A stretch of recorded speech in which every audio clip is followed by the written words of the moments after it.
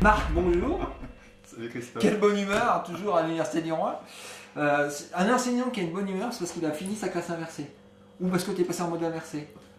Et on va la reprendre. On va la reprendre. Ah oui, d'accord. Oui, parce que c'est... l'idée de cette discussion aujourd'hui, c'est que tu es à ta deuxième année de classe inversée. Oui.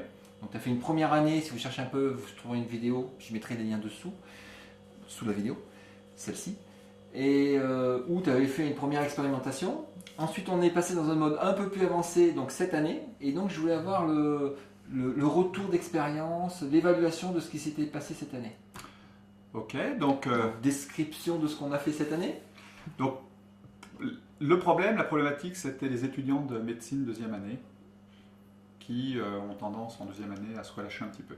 Voilà, donc monsieur n'était pas content, il n'avait pas assez d'étudiants en présentiel dans son amphithéâtre, c'est ça? J'étais pas dans les moins mauvais par rapport à ça, mais beaucoup d'étudiants n'étaient pas là. Et à l'examen final... C'était le seul problème ou c'était pas aussi le fait, parce que il me semble que tu avais dit la dernière vidéo, que tu voulais qu'ils retiennent un peu plus ce qu'ils voyaient en classe? Eh oui, parce que, pas en classe aussi, mais surtout à l'examen final, un niveau de connaissance qui n'était pas suffisant. Oui, puis que ça perdure sur les deux, parce que tu fais un cours d'imagerie médicale. Ouais.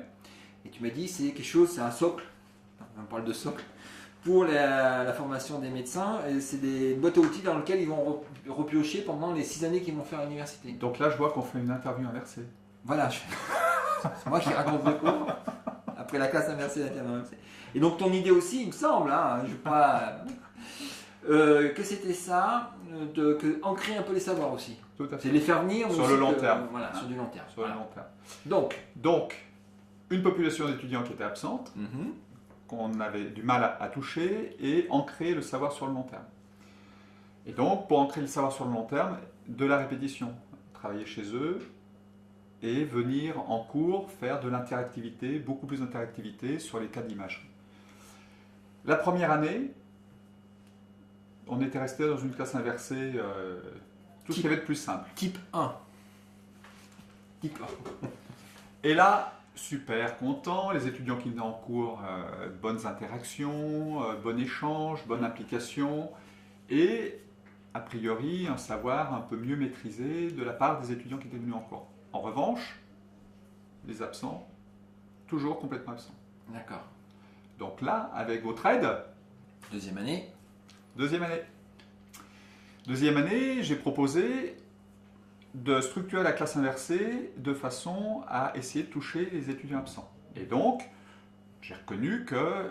Taper dans le dur, hein. Ceux qui ne sont pas motivés, ceux qui sont en vacances, j'ai eu là ma première année, c'est pas la peine que je bosse la deuxième, donc les intéresser, les motiver, les faire venir. Essayer.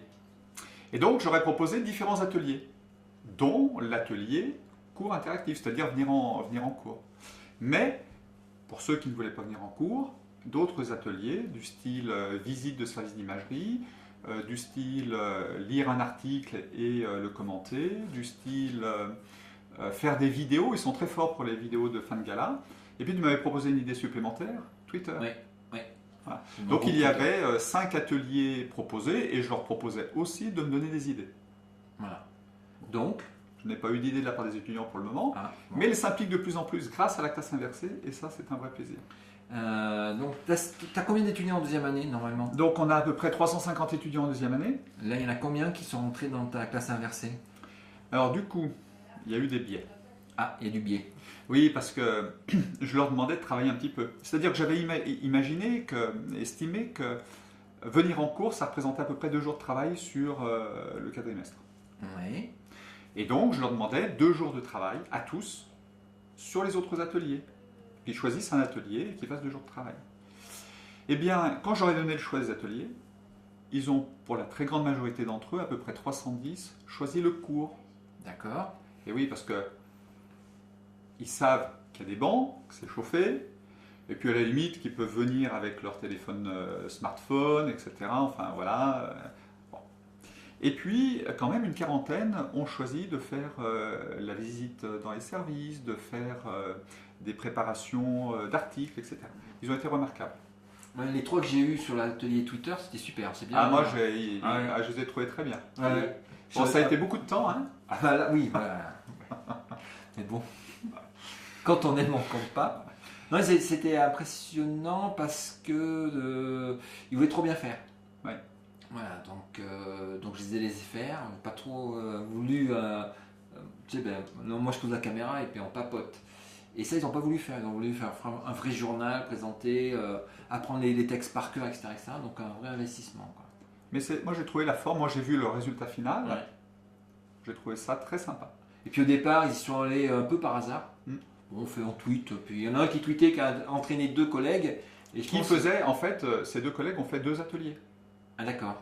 Ah, Donc ouais. c'était du plus. C'est vraiment du plus. Et eux, sont vraiment lancés dans le truc, sont pris au jeu, Oui, etc. ils sont pris au jeu. Ouais.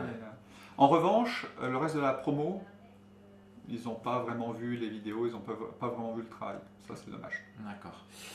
Donc il faudra qu'on travaille plus sur un espace de travail collaboratif plus visible, ou peut-être refaire des séances en présentiel. Reprendre les vidéos, par exemple, qu'on avait fait avec Twitter, les balancer en amphi et faire un petit commentaire 5-10 minutes.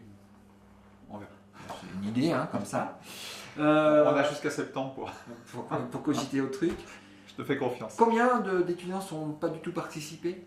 Le taux d'absentéisme absolu, c'est combien? Relativement peu là cette année du coup. J'ai eu du mal à les identifier. Alors le problème c'est que la grosse masse était en amphi. Ouais. Donc j'avais 310 étudiants en amphi pour faire un cours interactif. Ça a été dur. Ça a été dur. Voilà, donc Ça a été dur parce qu'un certain nombre d'entre eux venaient mais non motivés. Alors en revanche, ce que j'ai constaté c'est que on avait à peu près les années précédentes 70-80 étudiants en cours. Ce qui était déjà pas mal. Là 310. Eh bien, sur ces 310, il y en avait quand même à peu près moitié, c'est-à-dire dans les 120-150, qui a priori se sont laissés prendre au jeu et ont suivi le cours. Quitte à être là, ils ont participé. Quand tu dis un cours interactif, c'était quoi les interactions? On leur montrait des images, on leur reprenait les questions auxquelles ils n'avaient pas su répondre, on y répondait, on leur montrait des images, on les faisait réfléchir sur les images. Donc vraiment de l'interaction, des cas cliniques, quoi. Donc ça, c'est très sympa. Donc à vivre, tu as passé un bon semestre. J'ai passé un bon semestre, si ce n'est que, du fait du grand nombre d'étudiants en amphi, Beaucoup de travail. ben, beaucoup de bruit, beaucoup de gêne de la part d'un certain nombre d'étudiants qui étaient venus en dilettante. D'accord. Et ça, donc, il faut trouver le bon nombre. Non. Mais sinon, des réalisations remarquables. Des étudiants qui faisaient une étude d'article. Les étudiants qui ont fait ça ont fait des travaux remarquables, largement au-dessus de ce que je leur demandais. Et d'ailleurs, un binôme, j'aurais demandé de venir présenter en amphi.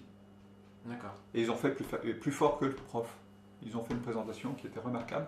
On entendait les mouches voler dans l'amphi, contrairement à ce qui se passait. Et pourtant, il y avait 310 étudiants aussi. Hein. Ouais. Et Voilà, c'est ça la solution, il faut faire bosser tes étudiants. ouais, Pourquoi tu t'embêtes? eh bien, ils s'y Oui. mettent de plus en plus. Et ça, c'est le côté très sympathique des classes inversées. C'est-à-dire que les étudiants se sentent beaucoup plus impliqués et s'impliquent beaucoup plus. D'accord. Et c'est ce que je vis depuis 2 ans. Et là maintenant, j'ai des étudiants qui participent. Donc on est en train d'essayer de mettre en place un MOOC. Eh bien, je vais avoir des étudiants qui vont participer au MOOC, qui me font des animations, qui me font des vidéos, qui m'aident à scénariser les choses. Extraordinaire. D'accord. Donc de ce côté, et quand tu dis j'ai des étudiants, c'est à 10, 20, un noyau dur, je pense. Ah, c'est toujours pour le moment un noyau dur, mais Ouais. ce noyau dur, comme on l'a vu avec la présentation des jeunes là, à leurs collègues, ils entraînent les autres. Ça donne Donc, envie. ça donne envie. Ouais. Donc la première année, j'avais 2-3 étudiants. Cette année, j'en ai une quinzaine qui sont prêts à... Donc j'imagine que l'année prochaine, ce sera encore plus. D'accord.